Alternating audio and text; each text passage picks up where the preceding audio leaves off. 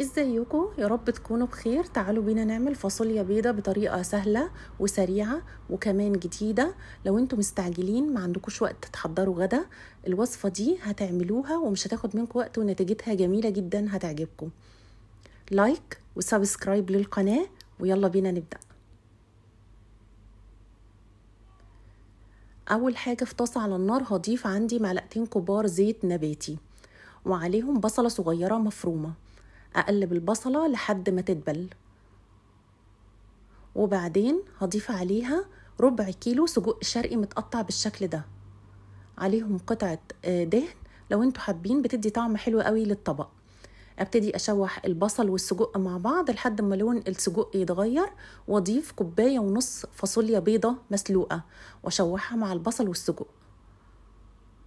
وبعدين بعد كده هضيف التوابل بتاعتي، معلقة كبيرة ملح، معلقة كبيرة فلفل اسود، معلقة كبيرة بابريكا، والبابريكا بتدي طعم حلو جدا للطبق، واشوحهم مع بعض.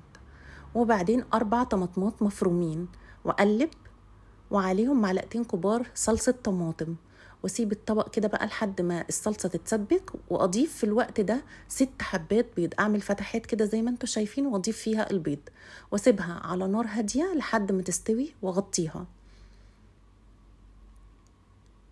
وبس كده، ودي النهاية بتاعتها والشكل النهائي. شكلها تحفة تجنن وسهلة، ما بتاخدش وقت وتنجز معانا. اتمنى ان انتوا تجربوها، وما تنسوش بقى لايك وسبسكرايب للقناة، واشوفكم الوصفة الجاية.